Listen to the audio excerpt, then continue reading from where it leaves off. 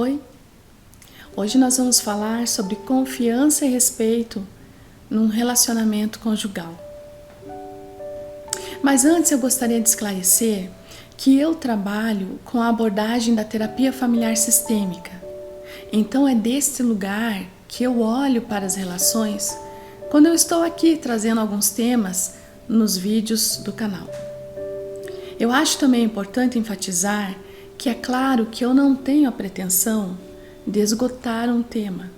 Pelo contrário, cada vídeo, cada tema teria uma infinidade de questões se fôssemos desdobrá-los. Mas isso não é possível aqui. Então, o que é possível é trazer um ou outro exemplo que possa contribuir para você refletir. Mas estamos longe de ter a pretensão de estarmos esgotando qualquer tipo de assunto referente a relacionamento de casal ou qualquer outro. O ser humano é muito complexo. No pensamento sistêmico, o foco está em como se dão as relações, as ligações entre os indivíduos, entre os grupos dos quais as pessoas fazem parte. Então o foco está numa causalidade circular e não linear, pensando nas relações de cada membro familiar e de qual contribuição de cada um deles, qual responsabilidade perante as dinâmicas relacionais que participam. Tomando o exemplo do casal, isso significa entender que o comportamento de um vai afetar diretamente no comportamento do outro. Portanto, ambos são responsáveis pelo estado em que se encontra essa relação conjugal. Não existe vilão e vítima. Eu percebo que muitas pessoas ficam chocadas quando ouvem isso. E muitas se irritam porque estavam, de certa forma, acostumadas a serem vistas como vítimas.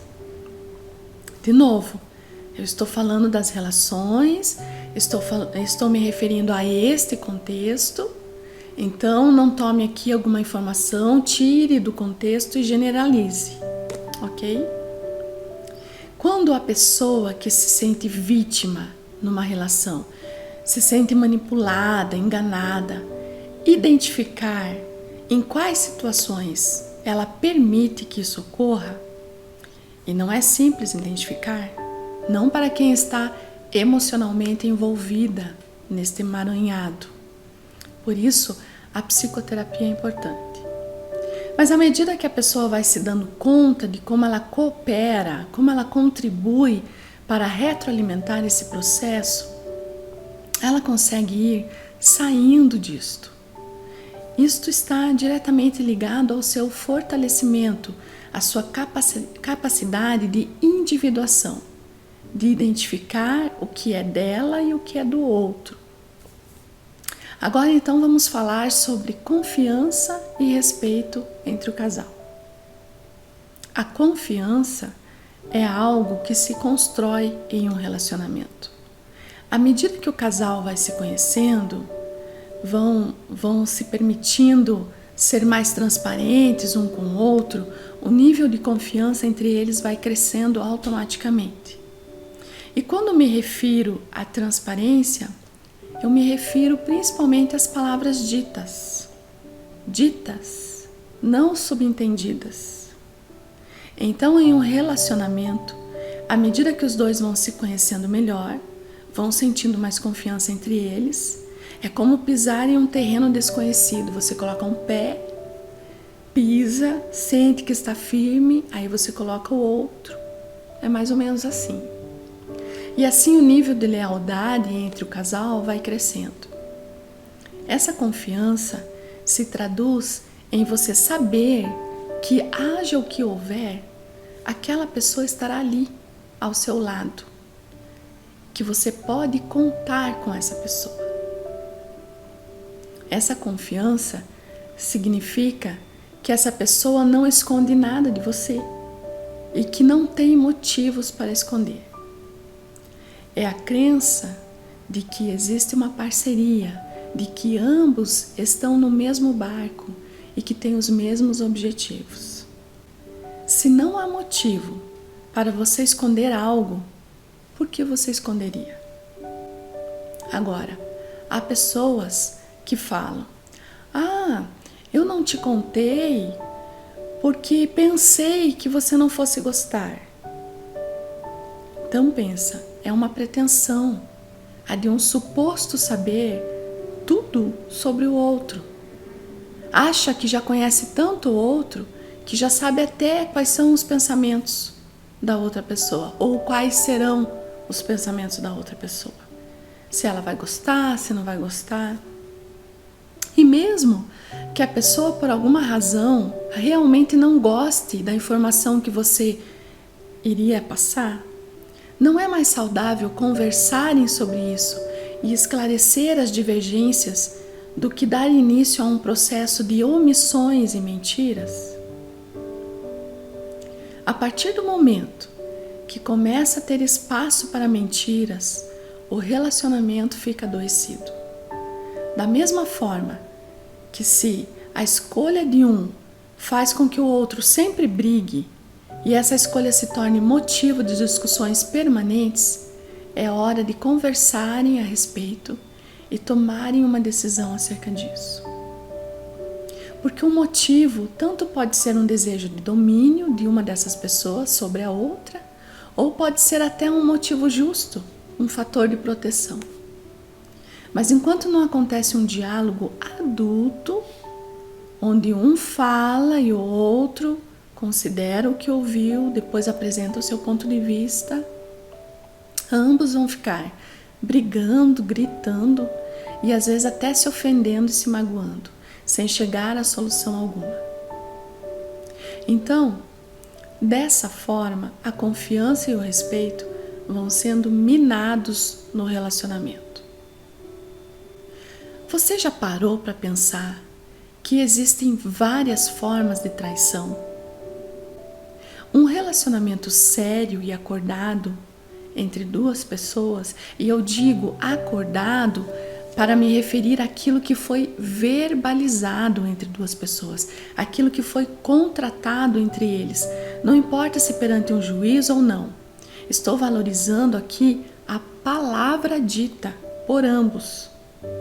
Pois bem, então nesse tipo de relacionamento existe um contrato de confiança mútua, de respeito, de cuidado e de proteção.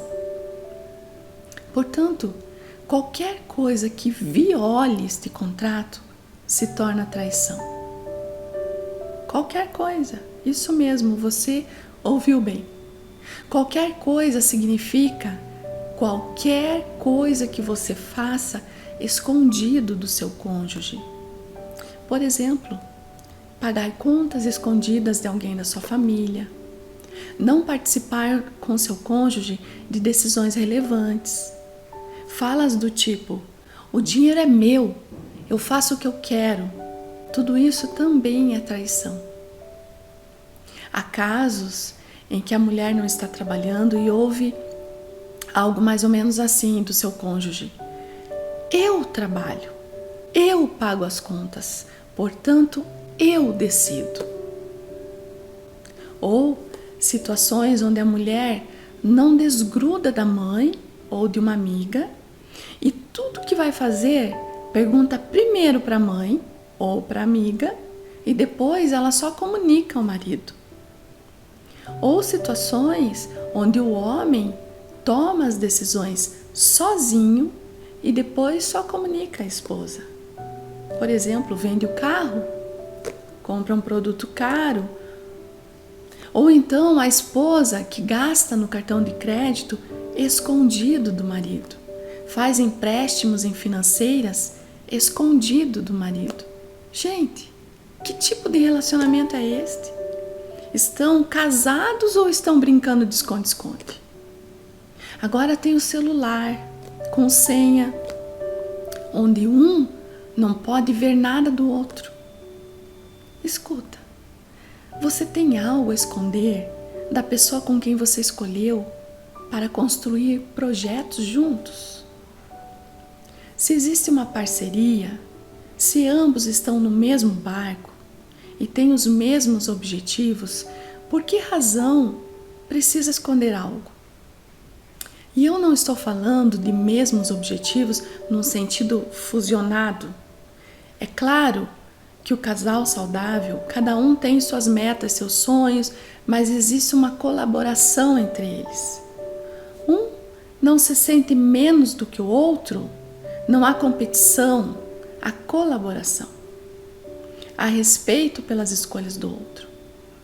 Porque essa pessoa gosta de algumas coisas que eu não gosto, mas eu respeito e lhe dou espaço. Mas da mesma forma eu sou respeitada e tenho o meu espaço. E aqui entra aquela questão que eu já falei em outro vídeo, da possibilidade de o casal se afastar um pouco e depois estar juntos. É desse espaço que eu falo. Isso significa que você pode sair com as suas amigas sem que seu namorado ou marido fique no seu pé ou fique de bico. Mas ele também pode jogar o futebol com os amigos sem que você fique batendo as portas em casa. Se não houver essa possibilidade, a relação vira um sufoco. Um cercando aqui, o outro cercando ali. É desgastante, porque não há confiança e não há respeito. Um exemplo de como você demonstra respeito é não fazendo algo que sabe que a pessoa não gosta, que ela se irrita. E você não fazer isso é tê-lo ou tê-la em consideração. Eu sei que ela não gosta que eu convide os amigos para um churrasco em casa sem antes combinar com ela. Então eu vou respeitar esse pedido que ela já me fez e vou primeiro combinar com ela. Eu sei que ele não gosta que lhe chamem por seu segundo nome, por exemplo, ou sobrenome. Então eu vou respeitar isso. Não. Toda vez que a gente discute, eu chamo ele assim, para deixá-lo com mais raiva, para jogar lenha na fogueira. Precisa? Vai ganhar o que com isso? Um casal que se permite trocar xingamentos, por exemplo, falar em palavrões um para o outro, logo estarão partindo para um tapa na cara. E em seguida as agressões vão aumentar, porque palavrão é uma agressão moral. Depois vem a física, e violência gera violência. John Gottman, em seu livro O que faz o amor durar, ele fala sobre outras 10 formas de trair. E eu vou passar aqui 5 para o vídeo não ficar tão longo. A primeira, ele se refere ao comprometimento condicional.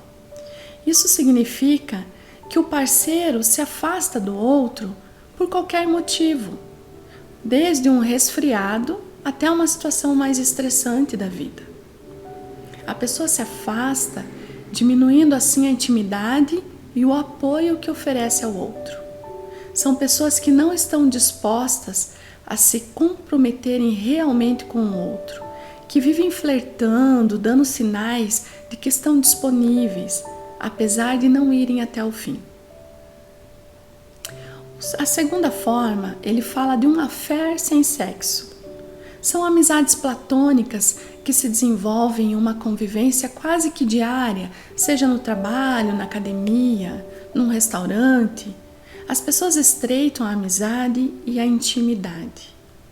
Aqui ele coloca uma regra que é a seguinte: se você acha que seu cônjuge ficaria incomodado vendo suas interações com essa pessoa, ou que se chatearia com as confidências que trocam, a intimidade está perigosa.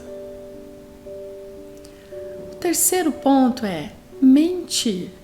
O casal mantém segredos um do outro para evitar as tensões. Por exemplo, emprestar dinheiro para alguém da família e esconder do cônjuge. Ir visitar alguém da família todos os dias escondido do outro. Mentiras ditas para manter a paz, mas que provocam uma fissura na confiança. O quarto ponto, formar uma aliança contra o cônjuge. Geralmente essa aliança acontece da esposa com a sua mãe ou do marido com a sua mãe. Muitas vezes isso acontece de forma sutil. Portanto, é necessário muito cuidado e atenção aqui. O casal precisa ter claro que sua prioridade é seu cônjuge e que não vai tolerar críticas de seu cônjuge, nem tentativas de interferência nas decisões que devem ser tomadas apenas pelo casal. Sabe aquela sutileza quando a mãe de um dos dois fala: eu não quero me meter, mas eu acho isso e aquilo, que vocês não deveriam fazer assim. E aí, numa conversa assim bem sutil, você muda de opinião? Pois é. Um outro ponto é a ausência e frieza. Quando um cônjuge não tem empatia, o relacionamento se acaba. Por exemplo, um deles está passando por um problema de saúde na família e o outro não coopera, não ampara. Em um relacionamento comprometido, cada um aprende do que o outro precisa para se sentir amado, protegido e apoiado. Eu espero que esse vídeo tenha contribuído para esclarecer algumas questões. Esse é o livro que eu mencionei, do John Gottman. Eu vou deixar aqui as referências bibliográficas do livro nas descrições do vídeo, caso você tenha interesse. Compartilhe o vídeo com suas amigas, deixe seus comentários, seu like se você gostou. E em breve vou fazer um vídeo com sugestões de livros. Se você tem interesse, sinalize aqui nos comentários. Até a próxima!